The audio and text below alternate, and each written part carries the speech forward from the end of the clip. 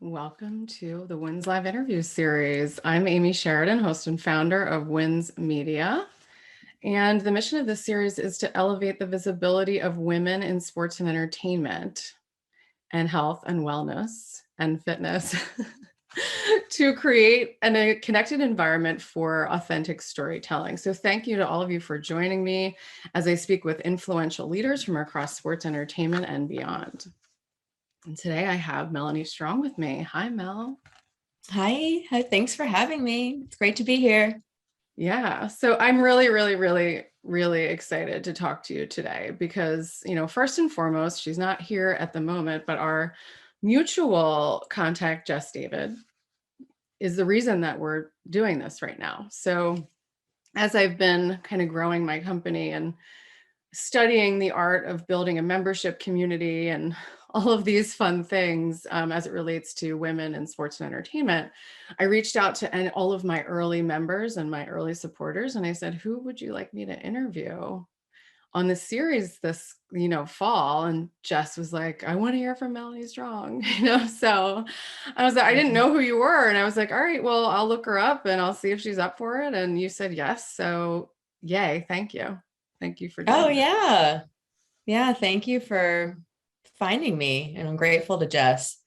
Yeah, as you know, Jess and I met through a group that we're both a part of called Women in Sports Tech, Yes. which I'm happy to talk more about. But I sort of stalked the various people who are part of this community because they were all incredible, all people I had admired at some point in their careers. And as we talked about before this podcast kicked off, I grew up in a generation within the sports industry where it was so highly competitive and there wasn't a lot of space for vulnerability, for supporting one another in like a real way that wasn't rather self-serving. And I feel like a lot of that has changed. I'm really happy about that. And so finding Jess and finding all these people who are just really stoked to help, really happy to be there for you in the kind of less comfortable moments of your career and life. And so she's definitely one of them. And I'm excited to be a part of this community because I sense there's that same vibe here. Yes, that's part of it, right? So you hit the nail on the head when you said, that competitive thing that went on when we were coming up in the business, 1000%. I worked at the NHL in the early 2000s, and that existed 100%. Won't name names, but just you can picture me, trying to get this promotion or position, and it ended in me outside of a skyscraper in Manhattan crying. Because it became so uncomfortable, like the dynamic that was going on, where you thought, this woman has my back, right? This woman has my back. She's in the C-suite. Why wouldn't she give me a shot at this? It was not like that. It was not right. Oh, There was, so I have some good stories, but it's definitely part of my mission because, wins is about connecting women, but allowing them to celebrate their wins as a team. And so yeah. not to look at it as this competitive, cutthroat environment. And the other thing that's cool about this is, as I dug around in your background with what you're doing now with Next Ventures, you're looking at the next generation, right? And what you're going to invest in that will really influence kind of the behaviors of the next generation. And so this is like that, right? We're going to change that, right? We're going to change that dynamic, that fear, that sort of intimidation factor that went on, for all the women that will follow. So it's a big part of my mission because, yeah, I've lived Sign those me up. stories. I've lived those stories. Okay, so we're jumping all over the place, but I have a lot of notes here for you and a lot of questions. Your background is incredible. 17 years at Nike. I noted most recently you were the GM for Nike Skateboarding, which I think is really interesting. Were you a skateboarder yourself? No, I know. I always feel like I disappoint people because they so want me to be a skateboarder. No, I mean, I grew up, I guess, around the culture of skateboarding. Growing up in Philadelphia, and there's such a great skateboarding community there, as you know. And I loved the category of skateboarding at Nike for a number of reasons. One, it was different than the rest of the more mainstream sport businesses that we worked on. I thought that the people within the sport, the riders, the media, the just sort of fans, casual fans of the culture. And I hesitate calling skateboarding a sport, although this was like a tension that was really interesting at Nike because it's an Olympic sport now. And we signed riders as athletes, and the mindset of skateboarding is very much that of an athlete mindset. But there was something kind of counterculture about skateboarding ever identifying itself as a sport and its riders as athletes. And I like that tension a lot. So I had worked on the business in several marketing roles kind of prior to taking the GM job.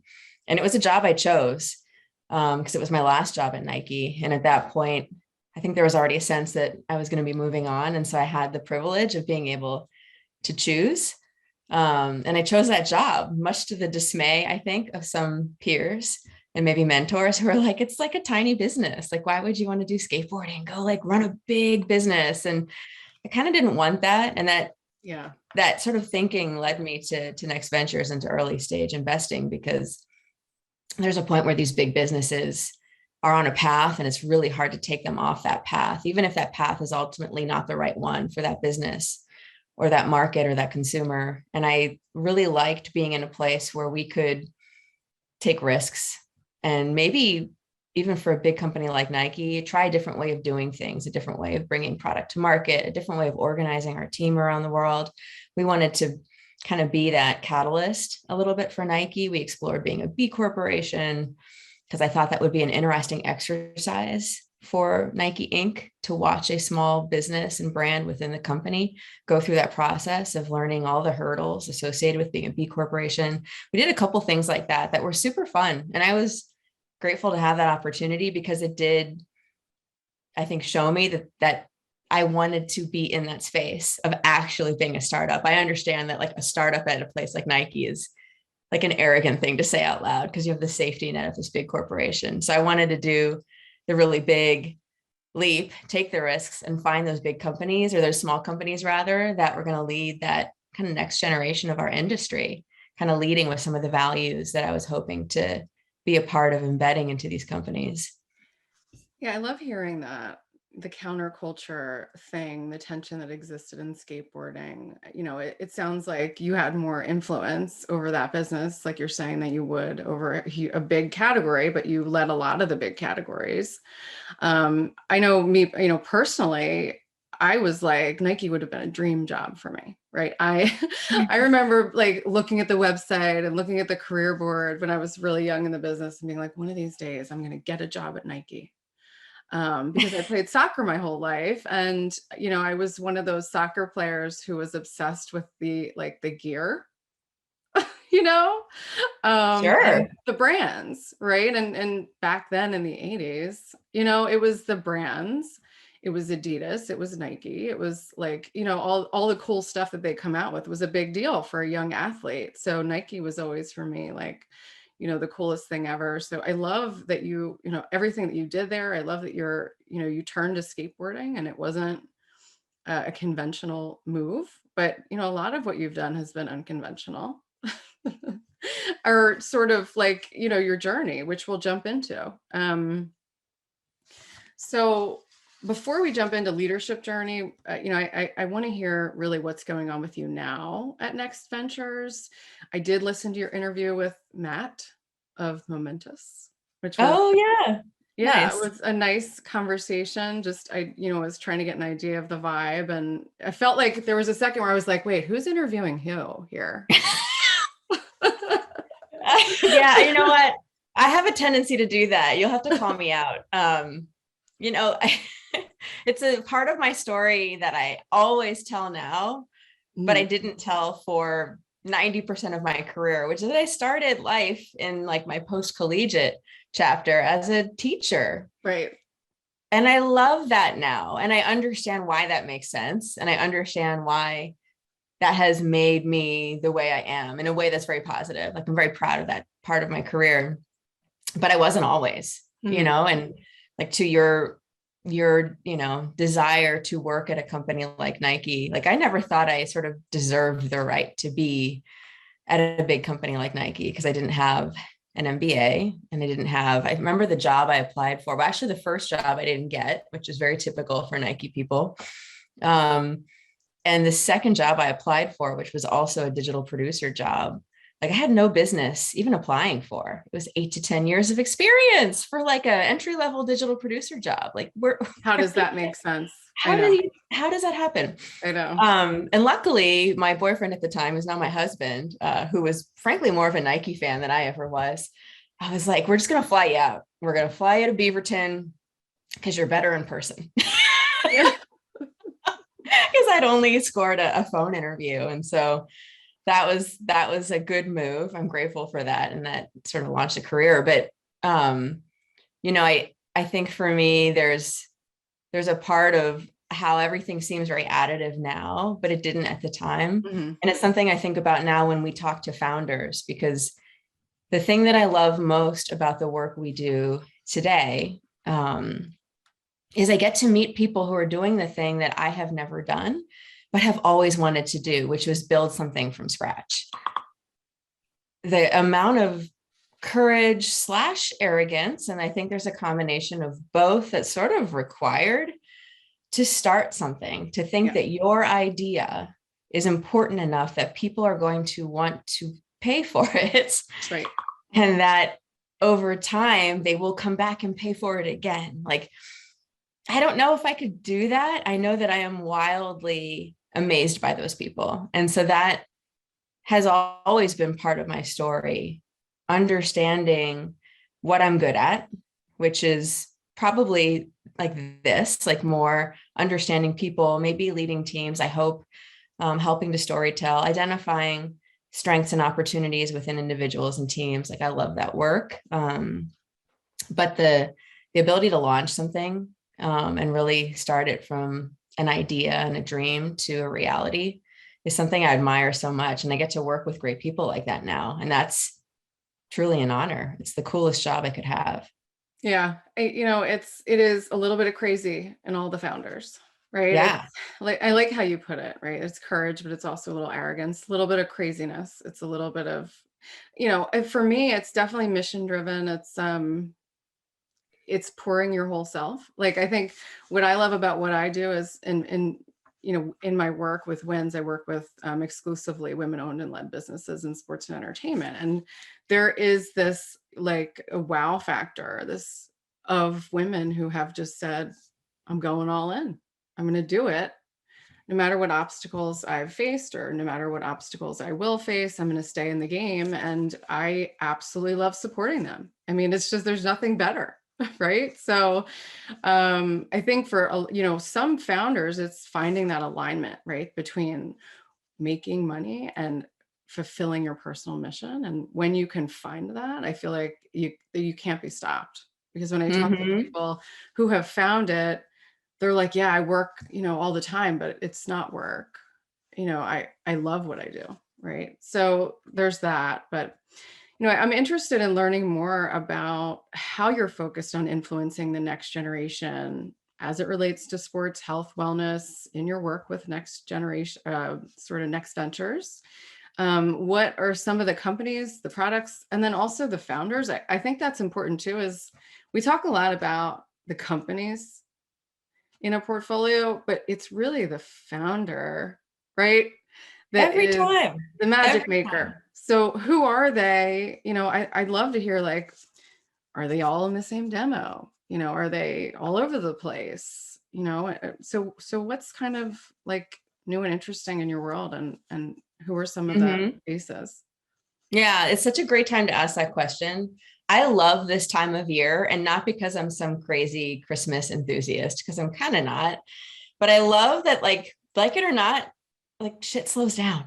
Yeah. Less emails, less meetings, more reflection, and more of like an ability to get out of the weeds of the job, the business, whatever we're doing professionally, to think more about ourselves and our journey and whether we're happy or not, whether we're spending our time in alignment with our values. That's a body of work that I am constantly driving for myself.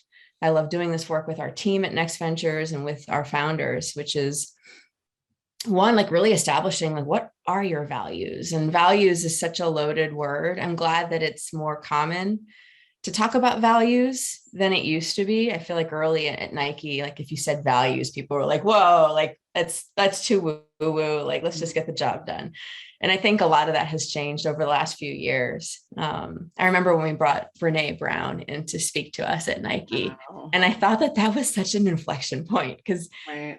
when I joined Nike in the early 2000s, like bringing a Brene in, there's no way that would have never happened. Like talking about vulnerability and fear and having those sorts of open conversations with the leadership team wasn't always part of the culture. It's changed a lot in a really positive way, and I'm glad about that. But I think about that now in this chapter, and if frankly, reflecting on what we've learned as new fund managers, because we're still 2.5 years in to Next Ventures, to this thing we've built. If we just sat here and I sat here and said, hey, we're a $50 million fund, we invest in sports health and wellness brands. We're kind of early stage, meaning late seed. Hopefully you're generating some revenue, but we'll help you get to scale. And we just waited. We would get a lot of inbound, which we did our first year in.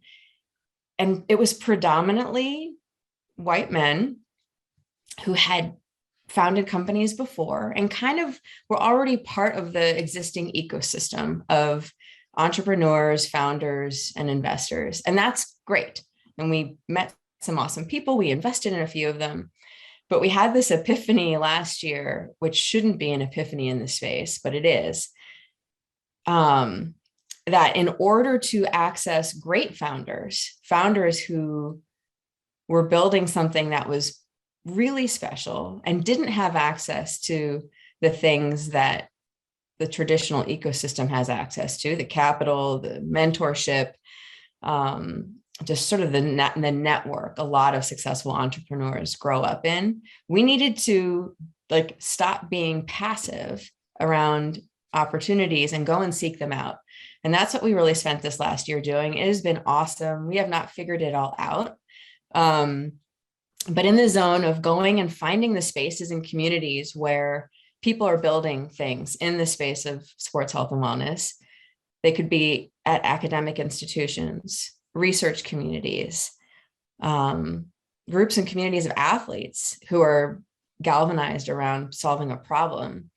If we can go out and find those communities and build a meaningful relationship with those founders before they even might know they're a founder, when they're just like, I have this like problem that I think I can solve. That is a better way for us to meet more interesting people. And I think more successful founders. Like I'm not interested in just participating in the existing ecosystem. It's easy. And we'll have some wins there. But I personally would be really proud if we could model what I think is happening naturally in VC, just not fast enough, of going out and finding great founders who just don't naturally show up on podcasts and in the usual kind of like news stream of most VCs. I think that'll give us a sort of competitive advantage. And Mark, you ask a good question. Do I have an example of that? I think we've spent some time being parts of communities that serve underrepresented founders and underrepresented populations. We're spending more time looking at broader healthcare, which is not a space I thought we would be looking at 2.5 years ago when we started Next Ventures, because all of our various, like the 3 partners on our team, our background is in sports, and that felt like a safe and familiar place for us to start investing in. But there is now so much adjacency to like health and wellness that is outside traditional sports technology. And that's uncomfortable. And in order to find great founders and educate ourselves, we've had to spend more time in communities that we aren't already a part of. And that's felt really good. Some examples of that would be spending more time with universities. I have this Oregon and Pacific Northwest bias. So I have the luxury of having access to the University of Oregon, Oregon State. And they're building some really interesting programs, really serving underrepresented founders who are serving underrepresented communities. I love that space. I'm trying to think, Mark. So one of our most recent investments is in a company called OK Capsule, which is a personalized nutrition and supplement company. Dr. Andrew Brandeis, who's the co-founder, is a naturopath. Very unconventional background. Splits his time between Mexico and a tiny home in Vermont. Like tries to stay out of the Bay Area as much as possible. Like just, and is frankly like a little contrarian in terms of the typical founder. But we found him through our sort of network of people who are looking for alternative solutions to healthcare. And we spent some time looking at marketplaces and platforms that bring together naturopaths and acupuncturists and massage therapists with people like me who are looking for those services. And ultimately that hunt led us to Dr. Andrew. But there are better and I think more examples of that I hope come out of our next year as we launch a scout program and start to put more people into communities where we can be in front of those opportunities in the future. Yeah. I mean, you use the word community a lot, and I think it's great, kind of going outside the box. You said you're taking the path less traveled, right? It would be easy to sit and passively accept applications and inquiries, but you're trying to do this the right way, which I love. I love hearing that. Finding the founders who aren't in the ecosystem already. I think that's a really strong point, right? And it really applies to women, and underserved communities that haven't had access to the ecosystem and the capital because they simply aren't in with the right people, and they don't have the education on how it works. So I think It's that's super intimidating. great. Yeah, that's great. So before, Next Ventures, right? And I know it hasn't been that long, right? How many years have you been doing this? Yeah, so it's been almost 3 now. There was a Okay. little bit of overlap while I was at Nike. I joined as an advisor when the 2 founding partners were just starting to build this as an idea. And then I left Nike in June of 19 Yeah. and came on as a 3rd founding partner. And got a very quick education, all things venture capital. And, I, again, with the podcast that I listened to, previous to this, interview, you talked about bringing a different sort of angle, knowledge base to what you're doing now that isn't the traditional sort of, you didn't ask the same questions that traditional VCs, who have been in this business a long time would ask. You brought a different sort of angle and approach and background, which I thought was really interesting. And how has that evolved like over the past 3 years now that you've been doing this for a while?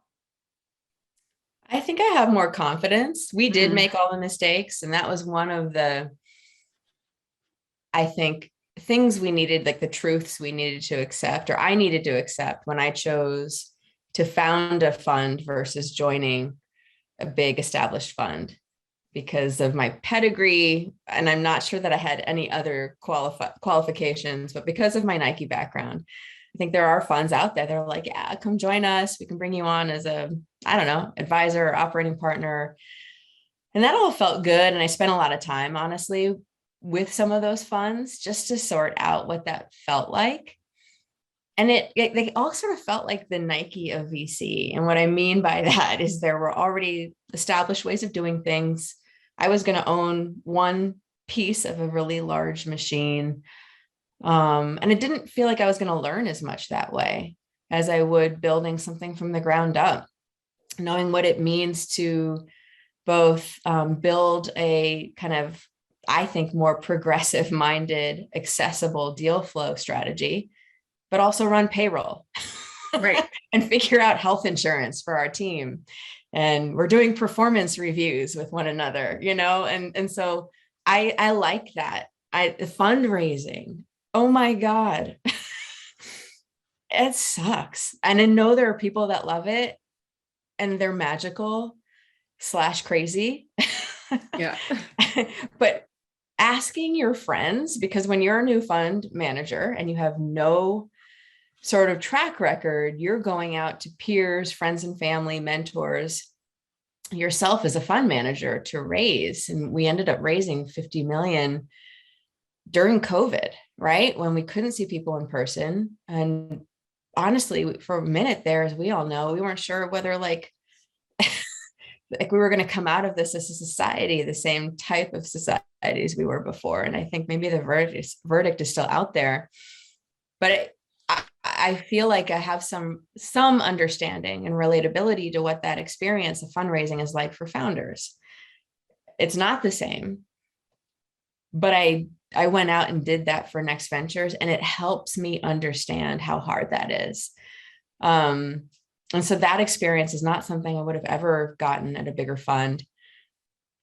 And then there are all the learnings of what we could have done differently as it relates to doing diligence on founders. Back to your earlier comment around the people. It's the most important aspect of what we do. And we may still invest in a company with some concerns about a founder, but at least we make that investment understanding what it's going to take to help that founder be successful. And so that has become more and more important as we look back at some of our early investments, and they're ones we're really proud of. I don't think we had the confidence or the maybe system in place to be as thoughtful about team, leadership, culture. In many cases, these founders have never done any of that before. And that's okay, because they have something else that is really special, this idea, this vision. Sometimes it's just about their belief in themselves to bring this to life. And that's important for us to see too. But generally, founders don't also have years of experience leading teams, or understand what it means for them to show up in a way that helps their teams feel like they can grow with that leader. So that's really important work that I think VCs are starting to acknowledge and embrace as important as growth trajectory, Mm-hmm. CAC and LTV, and some of the more, I think, established ways of measuring success for a company. Yeah, it's funny. It brings to mind to me, there's the Moneyball, right? Baseball and Moneyball, right? It's about the numbers. And in VC, it's flipped.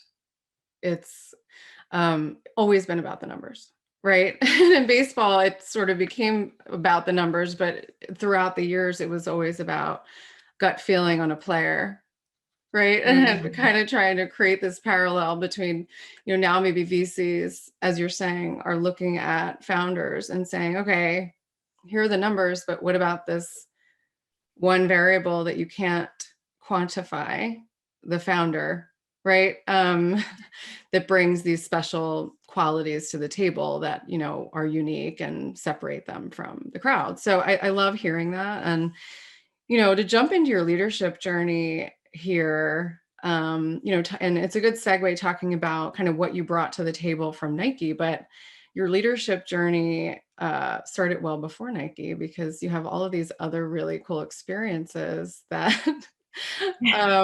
are amazing. So, I wrote down, you went from teacher to journalist, and actually, Runner's World Magazine is here in PA, as you know. That was really interesting and exciting for me to see. And then made a big leap to brand marketing at Nike, where you spent 17 plus years, and then a huge leap over to venture capital. So, it seems like you've collected a lot of different experiences and learnings that you bring to the table. And, one would argue like, oh, well, your experience at Nike is like the most valuable. I would say no, right? Because all the different perspectives that a person has based on their experience, they each bring something to the table. So I'd love to hear more about kind of your career progression, the defining moments. I mean, you shared a couple with me, talking about, with Nike at Tokyo 2021, and other cool things. But can you share a little bit about your journey and sort of what has made you the leader that you are today? Mm-hmm. Yeah, I think about this all the time now because we talk to our founders about what it's going to feel like for them to look back at their journey within the company they're building and what will feel like success for them. Yes, to profit and growth and a successful exit. Great. And there's an aspect of, especially for women, an acknowledgement that wealth as part of your success is a positive thing to talk about. I don't think women, at least in my generation, didn't grow up feeling comfortable talking about money. You know, it's sort of one of the reasons why now I spend some time trying to get the peer group that I grew up in the sports industry with to angel invest. They're really comfortable investing in nonprofits, but somehow the hurdle of spending that same amount of money with maybe a female founder or a person of color founder who is building something that you really believe in, like, why wouldn't you feel comfortable investing that same amount of money in that founder as you would in that nonprofit? And there's just a mythology around investing that you and I don't look like the typical investor, which is true, but let's change that. It is changing. We also don't look like the typical founder. Let's change that too.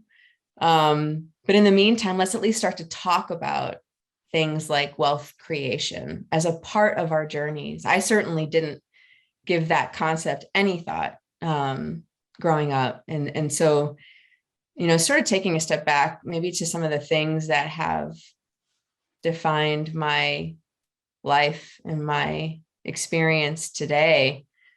You know, one is kind of growing up on the East Coast. I'm super proud of that. And I grew up primarily in a little bit of Michigan, which I know isn't East Coast. My dad was going to school there, but primarily Philly and DC.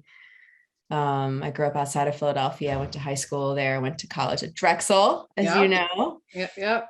Super proud of that. I actually spent one failed year at Lehigh University, meaning I failed literally. Oh no. Oh no. Yeah, it's all good. I needed a restart. I was a philosophy major. Oh. Yeah. And, you know, Lehigh, as some of you may know, is in Bethlehem, Pennsylvania. Like that kind of pseudo Ivy League experience was not good for me. I love the city school. I love the co-op program. So that was like an interesting lesson for me of like, I learned by doing.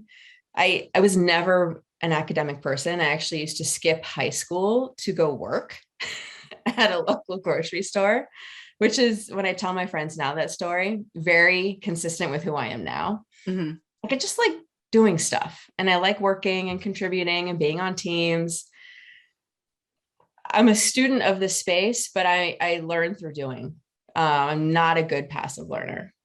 So it's you're like, I skipped high school to work. Like that's unique. Yeah, I worked at Bernardi's. I think I know. I haven't heard that in a while. Yeah. I heard that. Yeah, they actually gave me a scholarship. I went from cart girl when I was 13, because it was the only job that I was legally allowed to do, to cashier, to like managing the front end of my local Gennardi's, which for those who are not from the East Coast was an Italian grocery store, eventually got purchased by a much bigger player. But yeah, I loved it. I loved all the women I worked with there. Like they were all like, you know, twice my age and they were cool. You're like, I'm just trying to work my way to the top, to the front of the store. It was so great. It was so great. And like, that was a really cool experience for me. My dad was a single parent father for a period of time. So like watching him hustle really defined a lot of, I guess, what you see in me now for sure. Mm-hmm. And then I also grew up with an awesome family. My dad remarried, had my little brother, but our sister is disabled. She has cerebral palsy and a host of other things. And she's fabulous and brilliant from an emotional intelligence perspective. I used to bring guys that I was dating home so like Marilyn could vet them. She has like a great instinct on people, which I hope I have inherited some of. I love that. You're like, so what did you think? Yeah, exactly. She's like, yeah, no, sissy. Yeah, she's awesome. And so, but I do think that it's really hard to have a bad day when you grow up with someone with severe disabilities, someone who can only walk with a walker, and even then it's challenging, who has very limited ability to communicate, and yet is the most joyful person I have ever met. So I think that selection of things is really still part of who I am today. Yeah. It means that I can sometimes miss things that are nuances around how people are feeling and their experiences. And this, I think last year or two with COVID and everything else going on in our society, it's been a good reminder for me that like gratitude is hard. And sometimes it's okay to just like sit with the fact that it's like things are messed up and we can't control and change all those things. And so I think the first time I sort of acknowledged that I might actually belong in VC, because I spent, I'd say my first 6 months, like trying to prove that I deserve to be here. I don't have the MBA still. I didn't go to Stanford or Harvard, right? 65% of VCs in North America are self-identifying white men from Stanford and Harvard, just those two schools. Yeah. So right. I spend a lot of time like just trying to prove that I deserve to be here and that I could be good at this. And I think between COVID and George Floyd's murder, honestly, and acknowledging that that was a moment where our companies needed to have a point of view around social and racial justice, and having those conversations with each of our portfolio companies and the founders. Do you have a point of view, and have you been actively participating in that agenda, both in terms of the employee experience at your company and then how you show up in the world, how you express those values to your consumers? And that was interesting. At the time, we probably had 6 or 7 portfolio companies.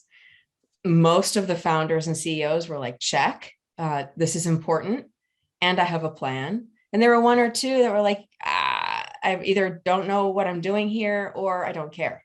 Which, and that was good for me to see, both in terms of my ability to meet those CEOs there and have those kinds of conversations, and then help them establish how to move forward with a culture within their organizations that was addressing these topics, because they're not going away. Yeah, I think it's a really interesting point. And when I think about how your company, what you're doing with Next Ventures, these things matter to the next generation, right? And I think that's a big inflection point that's happened over the past couple of decades, where it really wasn't as important in early 2000s to associate yourself with cause as a business, right? And it didn't really matter, maybe it didn't fit into the bottom line, to associate yourself with a cause, or to take a position, or to have a voice around those sorts of things. But now, because businesses operate for their customers, well, the next generation cares a lot, right? And so I like that you brought that up, where you're saying, well, some of them were like, check, we got it, we have a position. And some of them are like, I don't know if we want to comment because I don't know if we care. It's like, well, who are your customers? Because they care, and who are your employees? Because they care, right? And we look at like the Great Resignation. It's like, well, if you don't have a voice or a position, people are going to move on. Loyalty isn't what it was before, especially if they're not in line with the word you brought up in the beginning, which is the morals and the values, right? Yeah. Like, which were things that were like, we don't need like that, 10, 15, 20 years ago. Well, today you do need that. So I think that's really interesting. Yes, by the way, yeah. So Drexel University, yes, I'm here in the Philadelphia area. I went to Penn State. But yes, my grandfather went to Drexel. He was always proud of that. He was Nice. he was an engineer who put himself through college and did their co-op program like way long time ago. So we do have a connection to Drexel.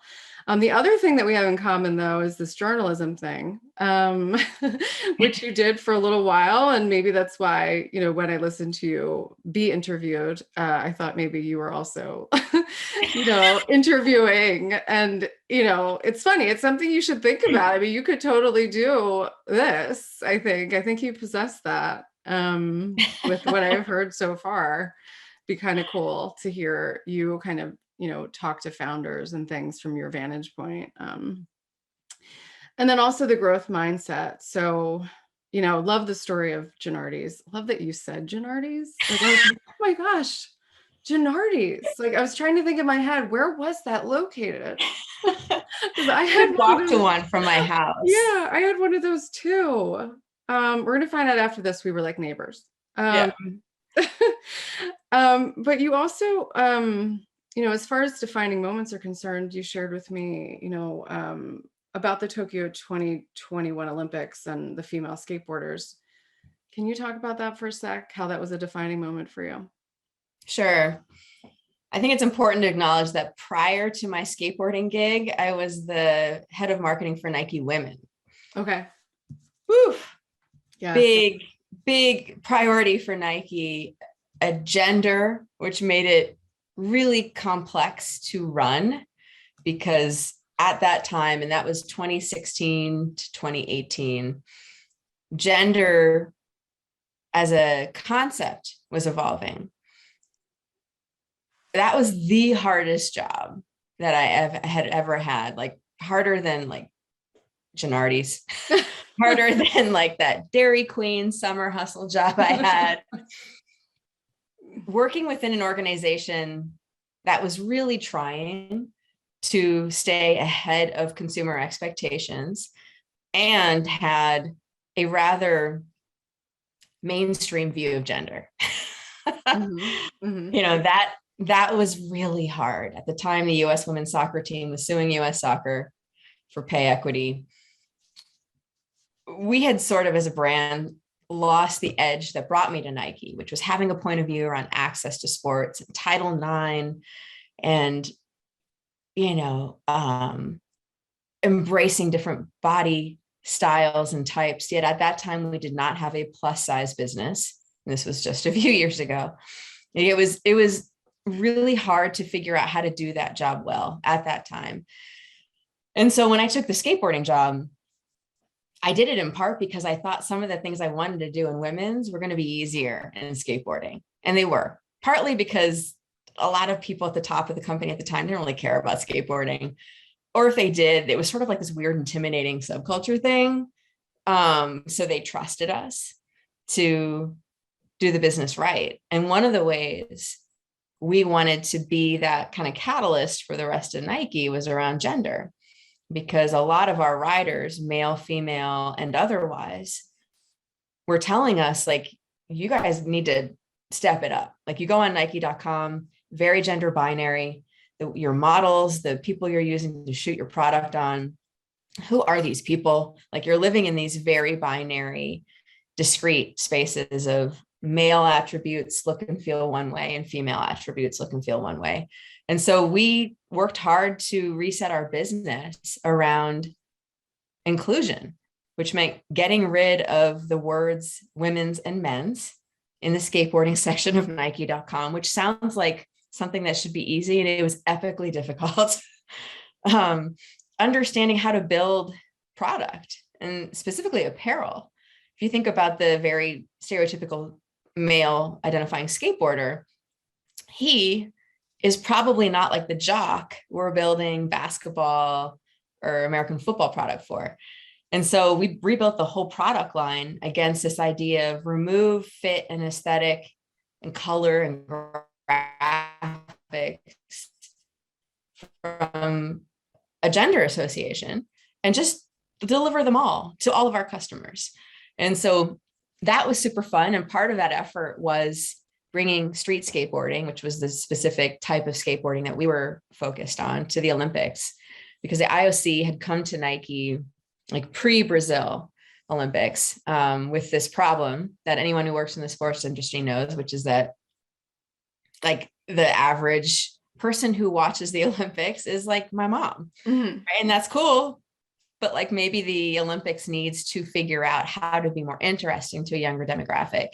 And so we work with them on bringing a few new sports to the Tokyo Olympics. And one of them was street skateboarding, which meant that as a sponsor of some of those national teams, we ended up sponsoring the US, French, Brazilian, of course, skateboarding federations and skateboarding teams. We needed to have like equity on this team. So we needed to go out and seek female identifying or non-gender binary skaters who would come and ride for us.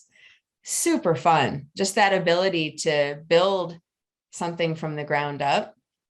And although I was not at Nike when the Tokyo Olympics finally happened, watching those female skaters really steal the show. And they were young. So there's a Japanese skater and a Brazilian skater who ended up kind of winning the skateboarding events. Like they represent for me sort of this next generation of athletes. And I use the term athletes loosely because it means one thing today. But I think tomorrow, the way we define athlete is going to evolve a ton, especially as we start to look at what's happening with the metaverse and Web 3.0. And you may have seen some of Nike and Adidas's and other sports brands plays in that space. I mean, I think the ways in which gender has evolved, the way in which we define athlete is also going to evolve. And I think that's really exciting. I think if we do it right, it's going to create more access, not less. Yeah. And it's a great, again, segue. I mean, you talked about, the challenges in Nike Women of appealing to different body styles, types. You talked about inclusion apparel and then skateboarding. And, it brings me to the story that you shared with me pre-interview that you were on the cover of Runner's World in 2002. And by the way, a Pennsylvania publication. But you said I wasn't on the cover of the US edition, only the UK and German, because they thought I was too big for the US cover. What? I'll send you the picture. It's like the biggest joke in my family, my short-lived modeling career, just because I was like cheap labor. I was already in-house.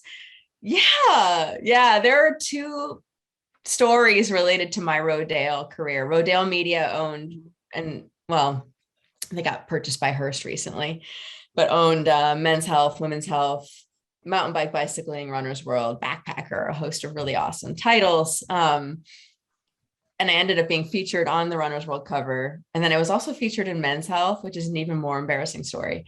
But the cover, for whatever reason, I just didn't meet those weird ideas of what an American runner should look like. And as a runner my whole life, I grew up in high school running cross country. I ran at Drexel. I ran marathons later in life. I mean, the fact that I was okay with that is sort of one telling piece of the story. And the fact that that was sort of acceptable, like, for the US audience, too big, but the Germans are going to love you.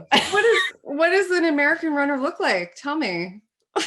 In the early 2000s, in the 80s and 90s, like we needed to eat a sandwich. Like there was so much of a focus on weight and that being associated with performance. That's why crazy. So many women who play sports, especially who grew up in the like late 1900s and maybe early 2000s, like dealt with a lot of food issues. I still have them. I have to be really careful not to be too judgmental about my eating because I grew up as a runner. Yeah, that's crazy to me. Thank goodness that's changed. I mean, and how about the incredible, like watching the track in the Olympics with the way the way runners look has changed, and for the better. I loved watching the 100-meter dash, the relays. I mean, I was all in on that stuff this year, or like, was it this year? Yeah. It Watching, was. yeah, like, what was it this year or last year? It I was don't even this know. year. But yeah, incredible. That's such a funny story. It's a crazy story. It fits right into this conversation, oddly enough. And so moving over to women in sports, we've touched on this a lot. I mean, it's part of what you do for sure. You shared that only 3% of investors in the US are women, which is what? Like, that's insane. Okay. Because I thought my mission and my facts were compelling, which, you know, is 21% of C-suite executives in the big four sports and businesses in the country, which is the leagues and also all the teams. 21% of the C-suite is women. So vastly underrepresented, but apparently VC is a gazillion times worse there. And so it's great to see you, right, and get to learn from you as one of the 3%. But I'd love to know that, you know, in your work, how you plan to, I use the word influence, right? And like there's different camps when it comes to the word influence. But the reason I use the word influence and the reason I chose the word women influencing sports as the title of my podcast is because you're the real influencers, right? Women like you are really the people that actually have an influence over the business because you're on the inside and you're pulling the levers. And it's important for other women, other people, other humans to see that, right? So that, because if you can see it, you can be it and all that stuff. But how do you plan to influence that stat, that 3% stat?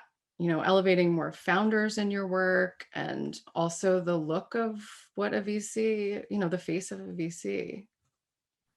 Yeah, it's so important. It's one of the reasons why I love doing things like this, honestly. This always surprises people. I'm sort of a extroverted introvert. Mm-hmm. And I know I show up as an extrovert, and I think my corporate life sort of prepared me for that. But I would be just as happy being sort of behind the scenes. But I have always been reminded by my mentors that it is really important for me to be out there, to show this. You know, I'm half Japanese. I identify as a female. I have this like untraditional pedigree that has added up to me hopefully being great at this work. We'll see. We're off to a great start with Next Ventures. But I think that having that ability and the privilege and the access I have to be here, that you found me and invited me to be here to talk about what I do is really important. And I will never say no to those opportunities, because I think it's important for us to use the platforms we're given, and then to also invite other people in. That is something I wish I had spent more time both experiencing early in my career, but also doing. When we talked a little bit about this, when you grow up in the corporate world, there's often this mentality of like, you know, I worked really hard to get here. You got to work really hard to get here too. Yes, there's a part of that, but I want acceleration in this space. I'd like to see more change faster. Yep. And related to women in sports and leadership roles, people of color in sports and leadership roles. And I think the only way to do that is to create more of a support network, more of the ecosystem, because there are so many disadvantages for those of us who don't look like the mainstream. And so there are ways in which I can contribute to that, and we can contribute to that through Next Ventures. I got a question here from Justin around, do you guys only invest in women's and minority businesses? No, we do report representation within each of our portfolio companies to our investors, our LPs. Some of them ask, most of them don't, and it doesn't matter. We want to hold ourselves responsible to that metric. Year one, that metric was not awesome. We knew we could do better. And every year since, we've been able to show progress towards both more representation at the senior level within our companies, but then all the way throughout the company, how our companies are contributing to the change. And so I love that idea of that like multiplier effect. So that's one way I hope we are solving this problem of access and representation, but it starts way earlier, as you know. And so the reason why I met Jess from Intel, which is why you and I connected, was through our participation in Women in Sports Tech. And I love, love, love that program. I encourage everyone to check them out because they have real programs for high school students and college students to find a path in the sports industry. In the same ways, young women typically drop out of playing sports a lot earlier than their male peers and teammates. The same is true for their professional journeys, where there aren't as many clear paths to taking your love of soccer, for example, and turning that into a career at Nike. Like, why wouldn't that have been? Why weren't you running Nike soccer? I don't know. Yeah. There's still time. Oh. There is still time.